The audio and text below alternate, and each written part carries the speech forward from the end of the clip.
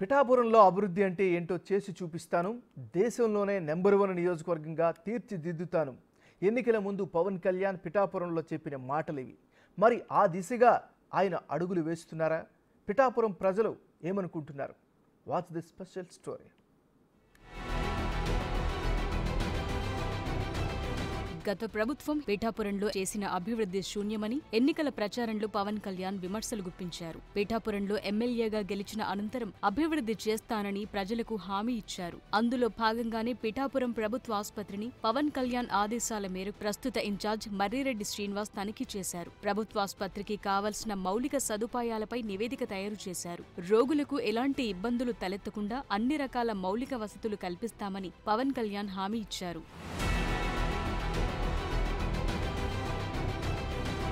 పిఠాపురం నియోజకవర్గంలో పారిశుధ్య నిర్వహణపై కమిషనర్లతో భేటీ అయి నివేదిక తయారు చేశారు మర్రిరెడ్డి శ్రీనివాస్. పిఠాపురం ఆర్టీసీ కాంప్లెక్స్ నిర్వీర్యంగా ఉండడంతో మరమ్మతులు చేయించారు. సూరాడపేటలో తాగునీటి సమస్య పరిష్కరించాలని అధికారులకు చెప్పారు. ఉప్పాడ తీర ప్రాంతంలో మత్స్యకారులు పడుతున్న ఇబ్బందులపై చర్యలు తీసుకోవాలన్నారు. పంట కాలువలో ఉన్న గుర్రపు డెక్కను తొలగించేందుకు 20 లక్షల నిధులను మంజూరు చేశారు. సుద్దగడ్డ ఏలూరు ముంపునకు గురవుతోందని రైతులు ఆవేదన వ్యక్తం చేయడంతో ఆ ప్రాంతంలో పవన్ కళ్యాణ్ భూమిని కొనుగోలు చేసి ఇల్లు నిర్మించుకుంటున్నారు. ముంపు ప్రాంతంలో తక్షణమే అధికారులు చర్యలు తీసుకోవాలని ఆదేశించారు.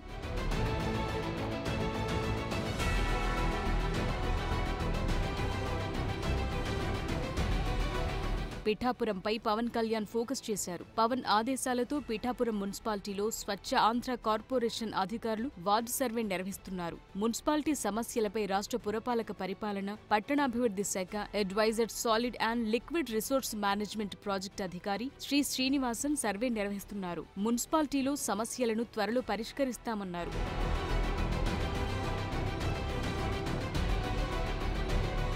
పిఠాపురాన్ని అభివృద్ధి చేయటానికి ఇచ్చిన హామీలను అమలు చేయటానికి పవన్ కళ్యాణ్ చిత్తశుద్ధితో పనిచేస్తున్నారు. చిత్తశుద్ధి ఉన్న నాయకుడు ఎక్కడున్నా ఆ ప్రాంతం ఖచ్చితంగా అభివృద్ధి చెందుతుంది. పని చెయ్యాలన్న తపన ఉంటే పరిష్కారం కానిదేదీ ఉండదని నిరూపిస్తున్నారు పవన్ కళ్యాణ్.